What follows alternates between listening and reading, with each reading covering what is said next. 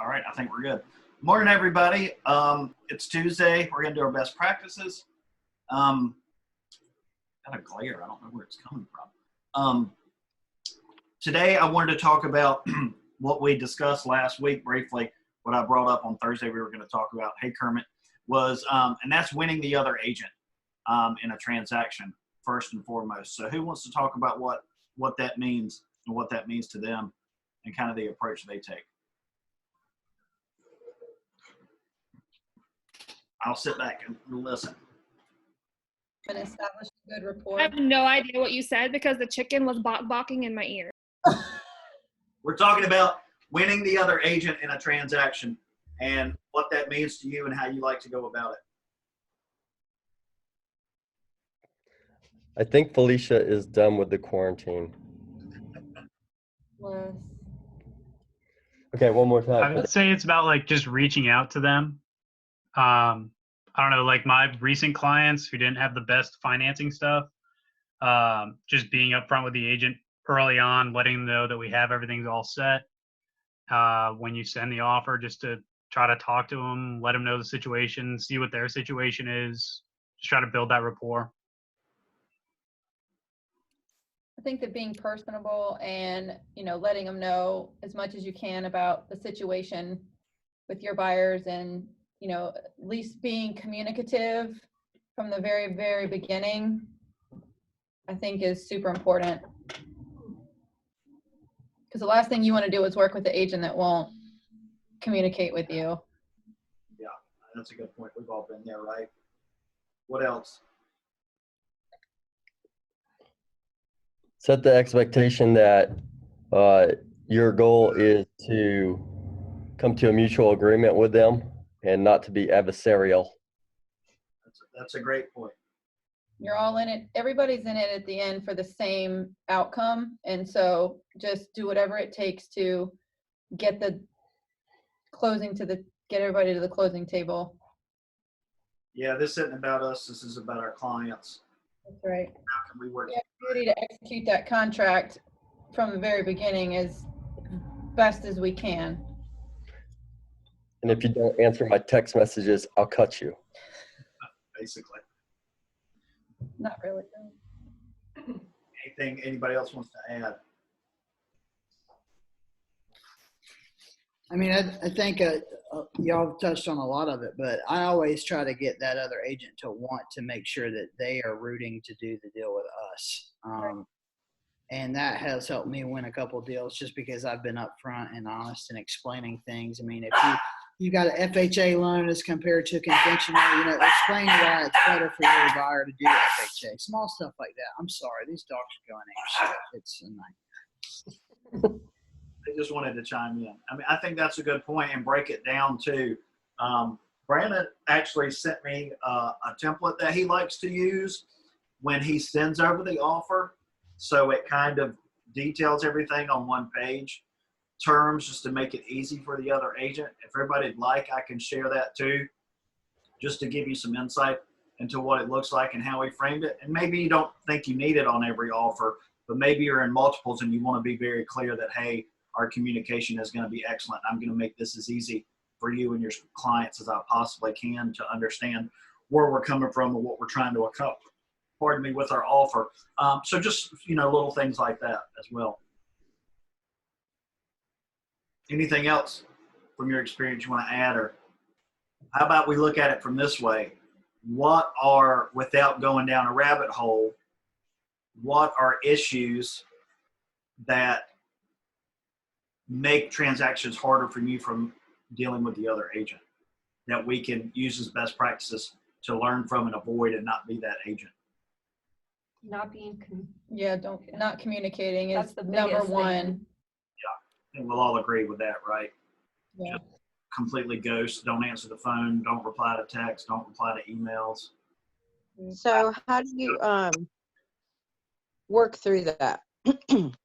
Even something as simple as like saying received when you receive Yes. an offer. Yeah. I think I've had offers in my inbox where the agent never even told me they were sending an offer.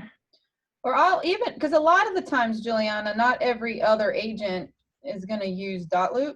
So I'll always just be like, hey, do you use Dotloop from the very beginning? And even if they say yes, I'll say, okay, I'll still use Dotloop, but I'm also going to ask you to make sure that you've received it via text, because who the hell knows if it, and then some agents don't. So just, making sure that you have confirmation, sent, received, sent, received. The agent for the Sanford house that I did last week, she sent me the offer, and like 5 minutes later, I didn't have it and hadn't responded to her. So she called me, and I was like, no, I'm still waiting for it. So she copied the email and texted me the text of the email, so I would see it. I mean, she was being that ahead of it to let me know what she had sent over and everything. And I really appreciate that level of communication. It boggles my mind that any serious agent would ever send over an offer without communicating anything to you at all. Seriously. So make sure you guys He's have. very difficult to work with the whole transaction too. So that just shows. Well, that's just like, not being very good for your client too. And I think to Stephanie's point, you have one bad experience with an agent, you get into another situation and that agent comes at you again and you're in multiples, and you're going to say to your sellers, hey, I've worked with this agent before. Not so, do you discuss that with your sellers? Mm-mm. No, you don't. Yeah. But in your head, you know that it might be a disaster of a transaction. I do think that's sway. Like if you meet an agent and they're asking your opinion, like for mine, Yeah. I mean, I'm not going to get into it. It's a long story, but you could, if they ask their opinion and You can be like, yeah, I know this agent. I've worked with them before. They're fantastic. I mean, Or vice versa. Not vice versa. Absolutely not. vice versa. I would never have a conversation with a client and say, yeah, I've worked with this agent before. She's really difficult, because if you're in multiple offers and they choose someone else, you don't want you don't want your client to think they chose someone else because the agent didn't want to work with you. It can come off that way. One problem that I've had before with agents is, sometimes when you're negotiating these stuff, you have an appraisal that's off, or you've got a really hairy due diligence situation. Some of these clowns start to take this stuff personally. And they'll start coming at you. And I think really that what's been the best script for me is to say, hey, listen, man, this isn't personal between you and I. We're both trying to get this thing done together and try to be reasonable about it. A lot of times that will disarm people and they'll realize that they're being a jerk. Not all the time, but sometimes. But at the end of the day, everybody wants to get to the closing table. You don't want to relist this thing, or you don't want to have to find another house. And I don't want to start from scratch either. So let's have a good faith negotiation and try to find something that works out for everybody. But people can be really curt. It's really disgraceful. Do you guys find it more difficult to work with broker owners? No. Honestly, no. I would say no, because they care about the reputation of their business and their name more than, Joe Schmo with XP Realty. I mean, but that's a case by case, I think. I don't think it's, that's something to paint with a broad brush. Here's one thing I want to make sure you're not doing. When you have a bad experience with somebody from X Realty, or because they have X title, if you go into the next potential transaction with somebody from that company or with that title, and you go in with a bad attitude because you had a bad experience, that's going to be on you and not these other people. Mm-hmm. That's not fair to attribute something you experienced with someone else to a different person. Now, if it's the same person again, it's fair to be guarded. But just to use your example, Janine, if you had a bad experience, I'm not saying you did, but as an example, if you had a bad experience with a broker owner, and the next time you make an offer with somebody who's broker owner, and you're like, well, here we fucking go again, because I got this owner who thinks he knows how to do all the shit, and you go in with a bad attitude, that's on you because you set the expectation. It's going to be But bad. make sure that you're not doing that. Control what you can control.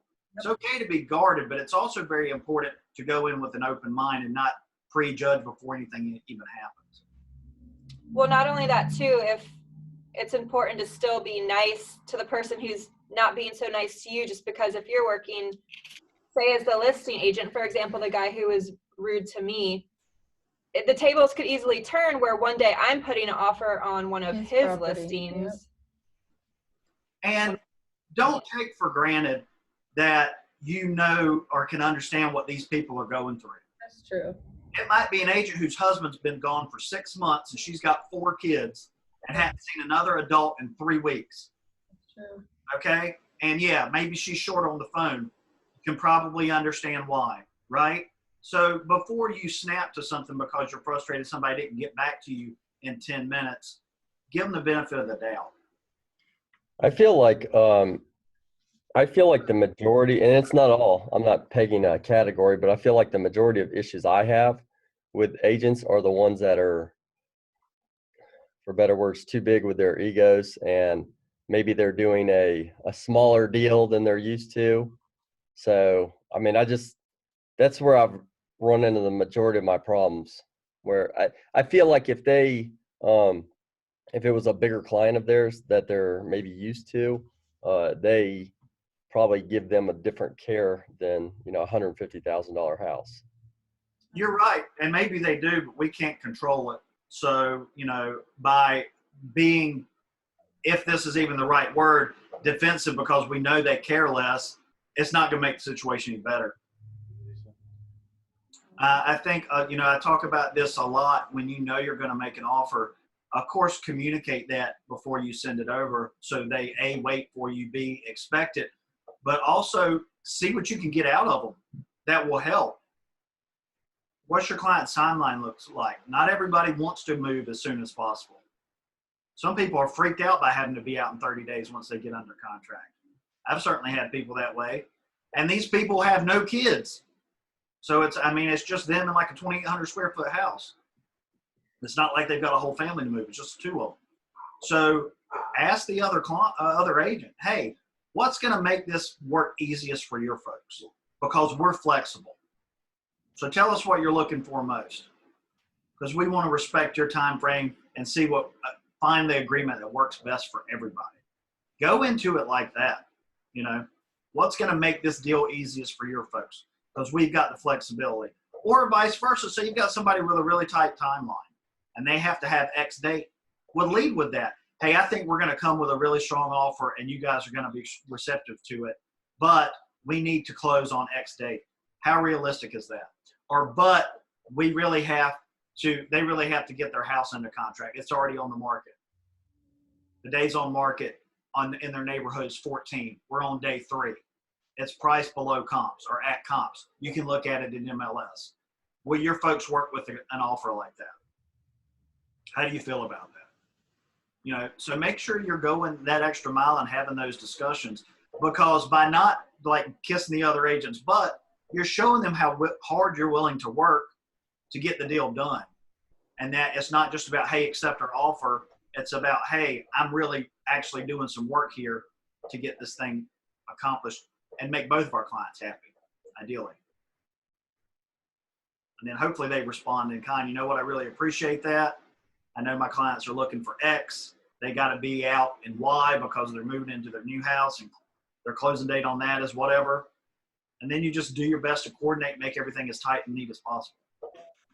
And that's how you win deals above the financial part of it. Filling in all those other gaps and having all those other conversations. It's not always about the money. We all know that. Brandon, didn't you just win a multiple where you weren't the highest price? Yeah, we did. We had better terms. Part of that was we let the sellers pick the closing date, and some things like that. And it's because we ask those questions, what is it that you're looking for? And a lot of times, I know we were in different markets up here in the Triangle. Charles will tell you too, due diligence up here is just insane. I mean, I've got one under contract now is $4,000.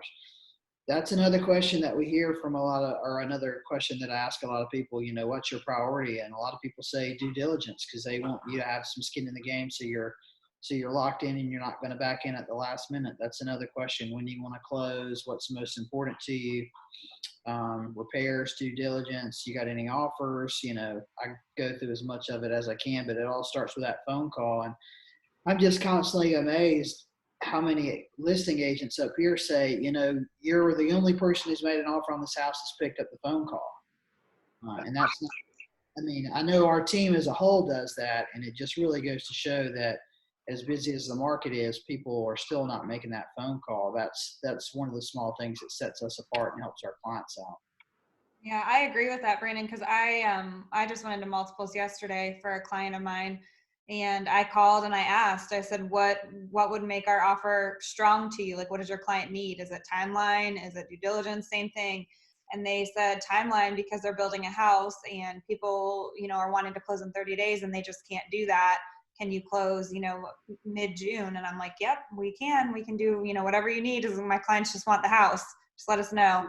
That's so brilliant because you took 5 minutes to make that phone call, and you got 4 or 5 other people that want that house just as bad as your folks do, and they completely miss out on all that information because they just wouldn't take the time to dial 9 digits or whatever it is and make an easy phone call. Yeah, and he called me and he said, you're the only one that, had the decency to ask, and I appreciate that. He's like, we really want to work with you, and then just kind of told me this is what we need. And so they accepted our offer, and then literally 15 minutes later, he was like, now one of the other offers is countering, and we don't have signatures yet, so we have to wait. And I'm like, that's not how this works, but okay. I was like, I understand, and just let us know what we need to do to make it happen. And then he called and apologized, and he said, I think you'll be fine. We really want to work with you. And the lady was there when I showed the house, and he was like, the lady really liked you. I just started laughing. I'm like, okay. They accepted your offer, and then another one that was better Sure did.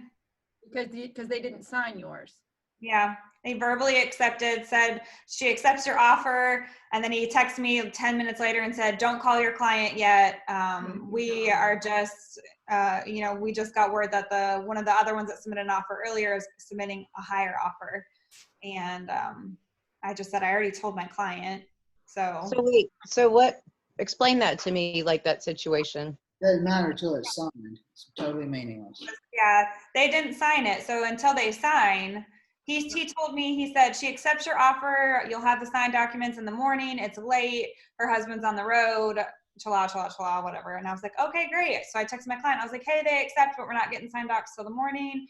And then 10 minutes later, he sent me a text and said, I'm really sorry, but one of the other agents that submitted an offer earlier is submitting a higher one. And, we want to wait and see what that offer is. And I just texted him back and I said, listen, we came in strong. I asked what you needed. We're willing to work with you. Like, please honor your word and just accept my client's offer. But, I understand your client wanting to wait. So just let me know in the morning. Now I'm waiting. So, I mean, Doug, I want to ask a question to the group if you're okay with it. How many of you guys use time addendums? Because I'll slap a time addendum on an offer in a nanosecond. I've won a lot of them by doing that for the exact same reason that Tiffany was just talking about. And that's definitely a situation where I pick up the phone and call because a lot of sellers will be offended by that. And I use almost the same script every single time. Hey, I understand the time addendum is probably not what you want, but the reason I'm submitting one is because my client really wants this house and we're coming strong and we just don't want this thing to hang out in the air for 24 hours. We're ready to do this right now, but we're not going to give you the rest of the day or into tomorrow to call everyone who's seen the house and ask them if they want to play ball or not. So let's get this thing. Or my person has to have a house, they're in town this weekend. They've got to have a house before they get back on the road. We've got to make a decision quickly. This is their priority, but if we can't make a deal quickly, then we've got 2 more to go after. Yeah. But I do it all the time. do you feel like they're responsive to that, or do they screw you with that? I think, some people don't like it, but most of them, if they're professionals, they understand that I'm doing it because my client has to have a decision made. I would never certainly send a time addendum without making that phone call then because it comes across really poorly. I think you have to make the phone call. And I always make the phone call before I submit the offer, especially with a time addendum. I don't call and say, hey, this should be in your inbox. Check it out. It's, this is coming. We're doing this. Here's why we're doing this. We're ready to go, but we're not going to sit around and wait for 72 hours to make a decision.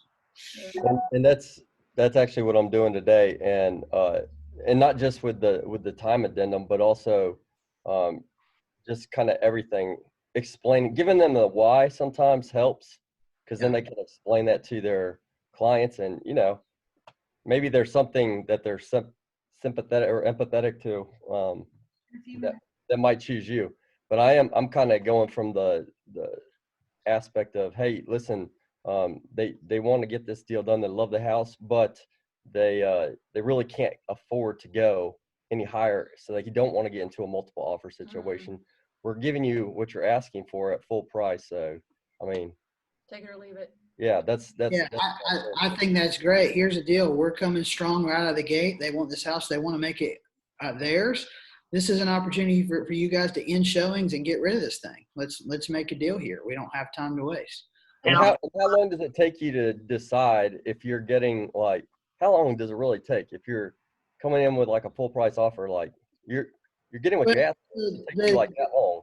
The tricky thing about the time addendum is, you never know what these other people are dealing with. For example, I just want a house, and one of the sellers is a doctor, and he doesn't get off until like 12:15 in the morning, right? So, if you send a time addendum and says, I got to have an answer by 10 p.m., that means they have to sign it, and you're supposed to have it back by 10 p.m. And that may not be practical, for a guy who's working in the ER at 10 p.m. He may not, right now he can't just step out and go check his email and go to Dotloop. So you got to take those things into consideration. But you'll be able to glean that information by talking with the listing agent. How quickly, if I send you this thing, how quickly can we get this wrapped up? What's reasonable? Yep.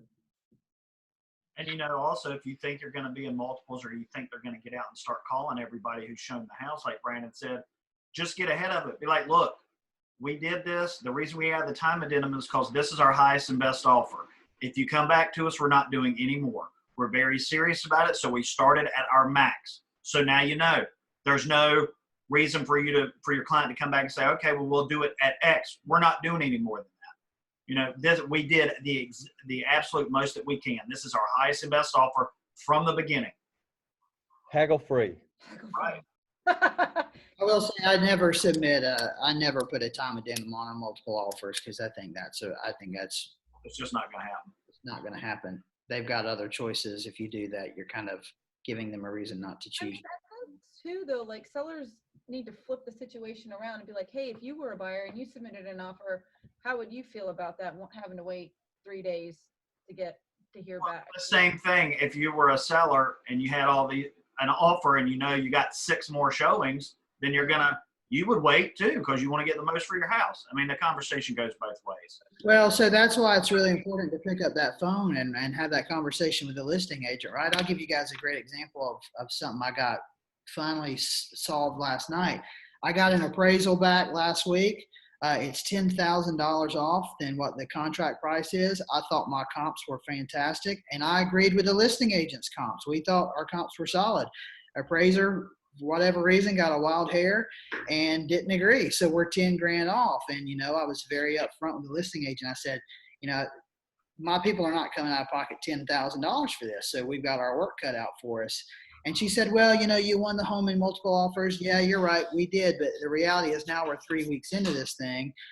I know your folks have already scheduled movers. You've told me that. They don't want to have to relist the house. My folks don't want to lose $3,000 in earnest money, due diligence inspections and appraisal. Let's find something that works. And, by having a good conversation like that, a listing agent is going to present that information back to those people. And she told me what she did. She told her sellers, listen, it was multiple offers, but there's no guarantee that those people that were looking at this house 3 weeks ago are still waiting for this one. Odds are they found something else.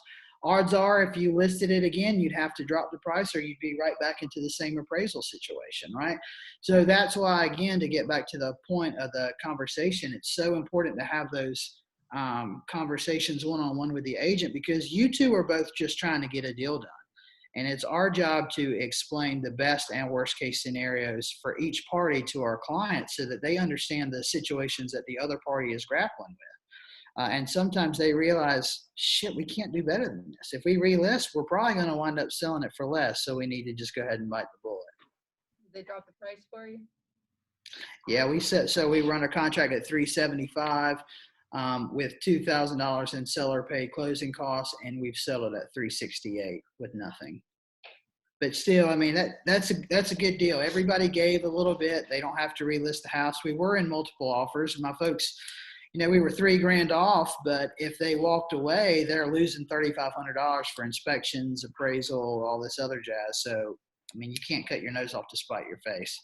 And it's important to remind people what they've already paid and what they're going to have to pay for again if you start over. And that's on the seller side too. You know what? We relist we're looking at another 30 days. If it goes under contract today, well, what's your mortgage payment? How far are we apart on this deal, and what's your mortgage payment? Let's pay for it for another month. Now, if we're $3,000 apart and your mortgage payment is $2,500 and you're gonna have to make another mortgage payment, well, we're really $500 apart. That's how far the difference is actually gonna be once it's all said and done. That's the conversation I had with a listing agent a couple days ago. This house appraised at 365. Sell it to, if we can't make a deal, what makes you think someone else is going to pay 365 for it? Well, we have an appraisal in hand that says 365. Well, clearly you were under contract with somebody else and you couldn't get a deal with them. So why should we pay the full appraisal value? You know what I mean? So that's why you have those conversations. I got a 20K gap going on today. No. It's a big one. For what? That one. All right, this has been great discussion. I'm glad that we talked about this topic because I think it really is one of the most important things that we do is just really communicating and making it clear to that other agent how easy we're going to be to work with, how helpful we are going to be to them to help make their job easier, how much we care about asking the questions to make the deal as good as possible for their client. I know you're also looking out for their client. We're looking at this thing holistically. This isn't about one side winning and one side losing. It's about everybody negotiating and coming into some common ground for everybody to accomplish their goal. And it's not personal. Any other thoughts or questions or points? Well, great. Well, I thought that was a great conversation. Thanks, everybody. Thanks for all the input and questions. Go have a fantastic day. I'll talk to some of you soon, and we'll talk as a group on Thursday. Bye. Yeah. Good night, everybody. Bye. Um,